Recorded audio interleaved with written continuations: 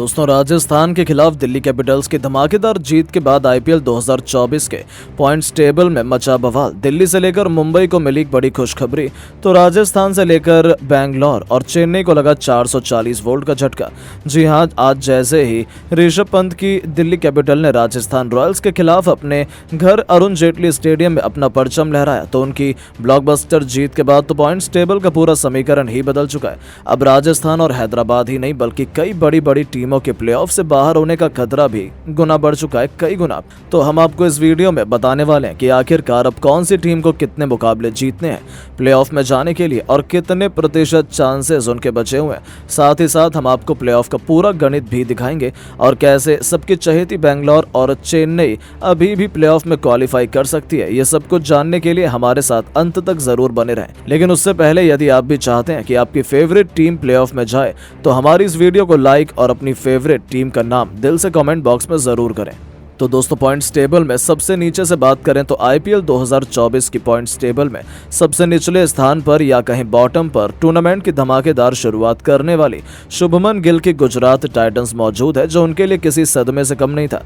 उन्होंने अब तक इस पूरे टूर्नामेंट में 11 मैच खेले। इस दौरान उन्होंने 4 मैच में जीत दर्ज की है, तो वहीं 7 मैच में बुरी तरीके से हार का सामना किया है, जिसके चलते उनके अब 8 अंक हैं और उनका रन रेट भी बेहद खराब 1.320 का हो चुका है, जो पूरी पॉइंट्स टेबल में सबसे ज्यादा खराब है। यानी कि प्लेऑफ में पहुंचने की उनकी उम्मीदें अब धूमिल होने लगी हैं। उन्हें भी अपने बचे हुए 3 में से 3 मैच जीतने हैं, जो कहने में आसान लगता है लेकिन करने में बहुत मुश्किल है। और लगातार 3 मैच जीतकर भी वो केवल 14 अंकों तक पहुंच सकती हैं। यानी कि अब ये कहना गलत नहीं होगा कि गुजरात के प्लेऑफ में पहुंचने के चांस केवल 1 से 3% रह गए, यानी कि उन्हें भी अपना बोरिया बिस्तर बांध लेना चाहिए।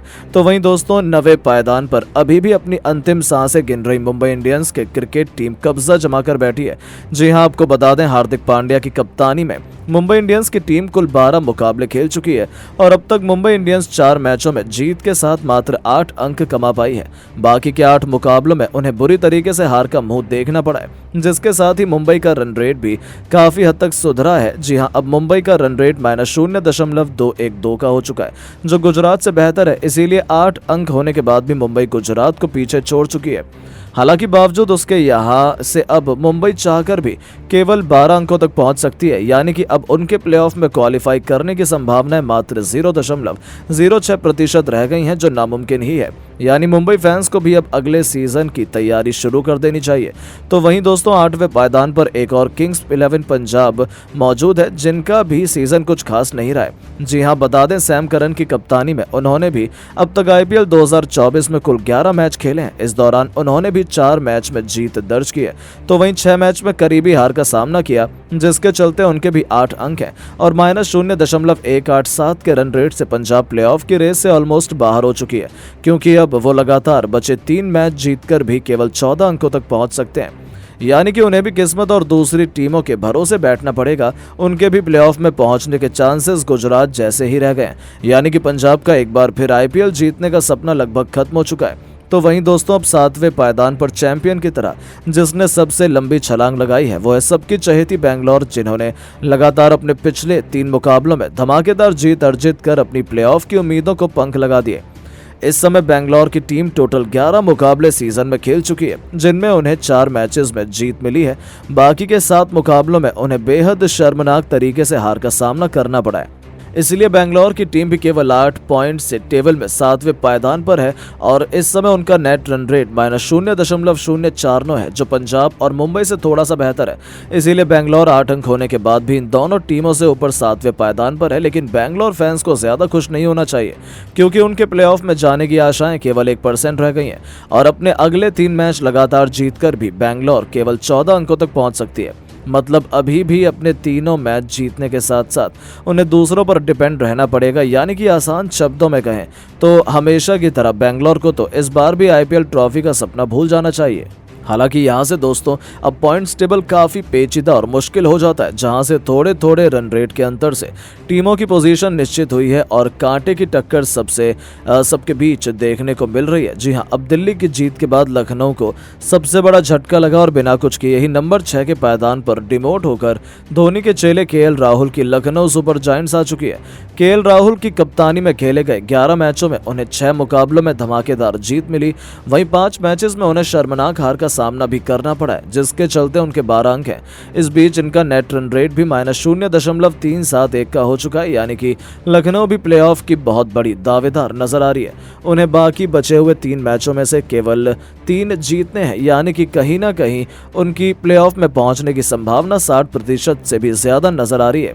वहीं दोस्तों, हम नीचे की 5 टीमों के बाद टॉप की 5 टीमों के बारे में बात करें तो राजस्थान को पीटकर ऋषभ पंत की दिल्ली की क्रिकेट टीम अब 5वें नंबर पर प्रमोट हो चुकी है।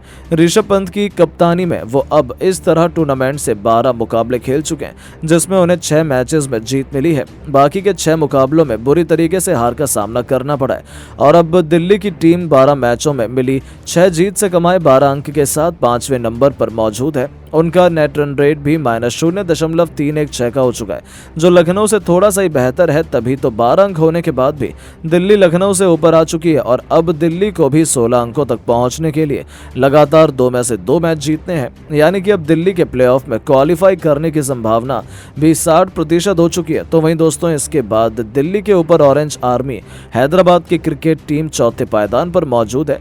आपको बता दें, हैदराबाद ने भी अब तक पैट कमिंस की कप्तानी में टोटल 11 मैच खेले हैं।